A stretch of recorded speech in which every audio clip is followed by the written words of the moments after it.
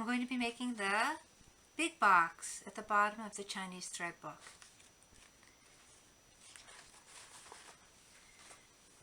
You can see part of it, and let's see, the space right here, that's going to be up to you. That's a decision you make. The box that I'm making, I'm going to end up with about 1 inch here in the spine, and you need some space there, so when you close it, it closes nicely.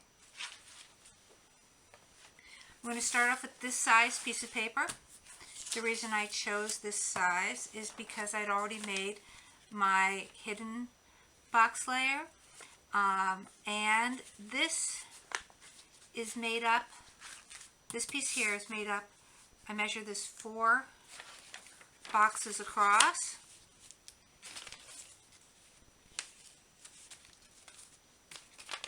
Three, 4, plus 1.25 inches. That's because I want 1 inch to be in the middle of the spine, and then I add on another 1/4 inch, which is about 7/10 of a centimeter, because there'll be some folding, and I just want that little extra margin. The same thing here. The height of this is I open up the box so it's like that, and the height of this paper here is the height of my inner box when it's open in this position, plus another 1/4 inch. That gives me the margin that I need for the folds. So this is made a lot like the hidden layer box, but since we're not starting with a square, there's other things to consider. So I'm not folding this in thirds like I would with the hidden layer box, but I am going to mark the width of the hidden layer box. There we go. And I'm marking this on the side that is not going to be shown in the finished piece. So here's my 2-sided paper.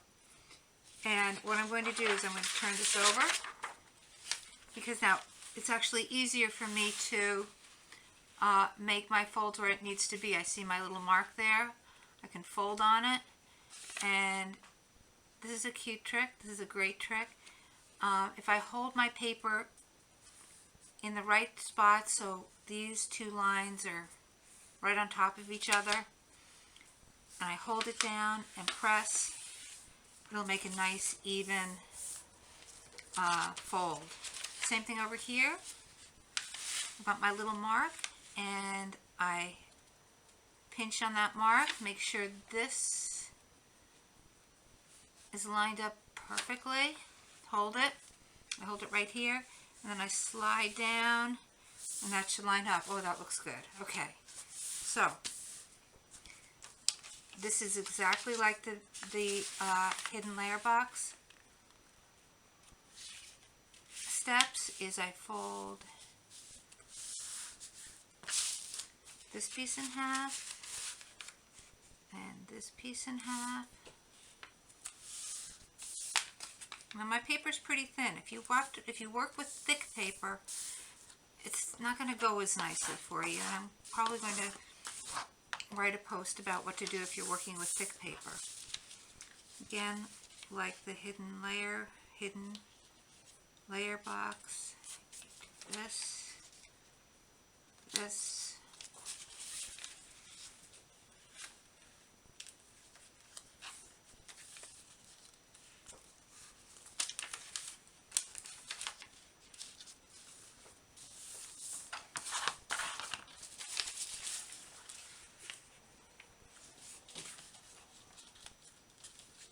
Too much to say about this. Now the next thing I'm going to do, it's a little trick to make everything work better. It's not so obvious to do, so don't get lost here. Okay, what I'm going to do is I'm going to open these up, and I want to make a line I want to make a fold line. I'm going to score a line here, so that my next folds will go well. Now you notice I've put my ruler right up next to these little triangles. That's not what I really want. I'm going to put my folding tool right there So you've made just a little gap in between the ruler and the triangles. I'm going to do the same thing here. So now I've made a gap that my folding tool will be able to fit in to make a score line. Same thing over here. Put the tip of my folding tool in, tip of my folding tool in. And this is such a great thing to do, because otherwise your folds aren't as precise and it just messes things up. Okay, so I've got a nice score line there. I'm going to just fold on that score line, make sure it's nice and tight. This is going to get unfolded, but I just want it to be there. Okay, so now get this back into that position that I had it folded in,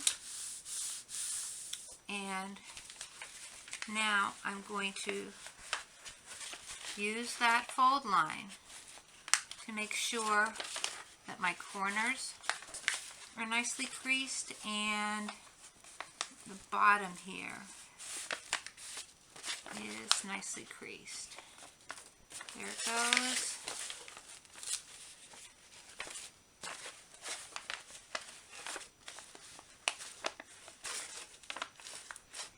Beautiful.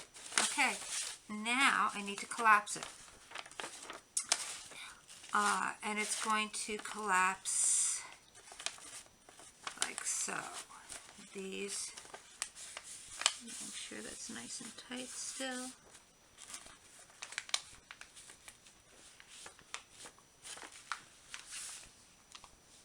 There we go.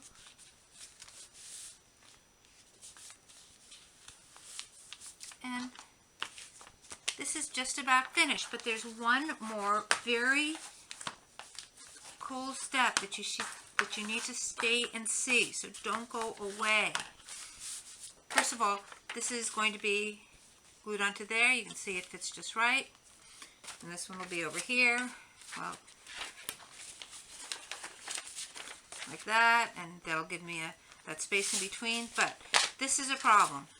If I go to sort of close out, you see those little kinks there? You want that to be more like a curl, and it's not, it's kinking.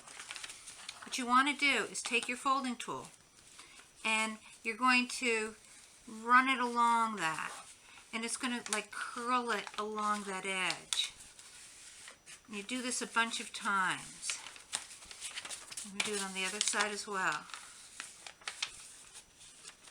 I hope you stayed and watched this, because this makes such a difference. So now, before, remember, it kinked a lot. Look at that. It's not kinking. Maybe there's a little bit of a kink there, so I'll go over that again. I'm really pushing against the folding tool, and it makes a nice little curl, so that when I close up my book, it curls and doesn't kink in that little space. Okay, that's the big box. Yay.